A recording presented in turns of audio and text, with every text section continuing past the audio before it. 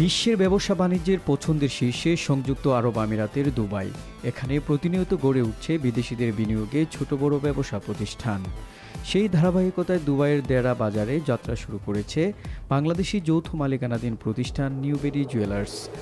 উদ্বোধনী অনুষ্ঠানে উপস্থিত ছিলেন স্বত্বাধিকারী, গণ্যমান্য ব্যক্তিবর্গ, স্থানীয় ব্যবসায়ী ও প্রবাসীরা। নিউবেরি জুয়েলার্সের কর্ণধাররা জানান, বাংলাদেশি এবং অন্য প্রবাসীদের জন্য সাশ্রয়ী মূল্যে উচ্চমানের গহনা সরবরাহ করতে প্রতিশ্রুতিবদ্ধ তারা।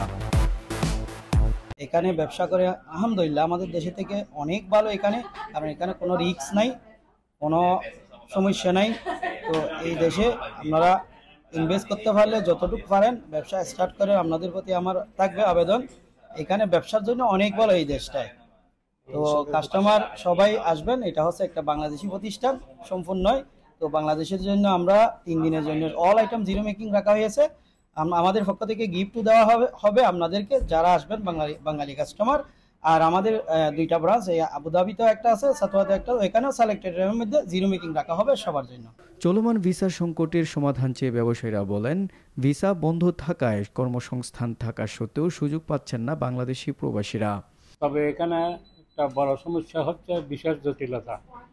আমি আমাদের সরকার এবং আবুধাবি সরকারের কাছে অনুরোধ রাখবো যে এই বিশেষ জটিলতা যেমনি as soon as possible দূর করা যায়।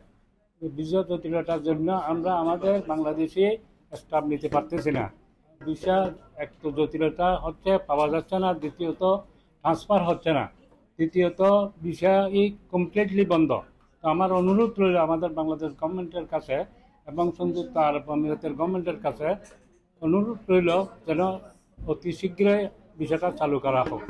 নিউবেরি জুয়েলার্সের পথচলা দুবাইয়ে বাংলাদেশি বিনিয়োগ ও বাণিজ্যিক প্রসারের ক্ষেত্রে নতুন মাইলফলক স্থাপন করবে বলে প্রত্যাশা বিনিয়োগকারীদের। NTV international desk.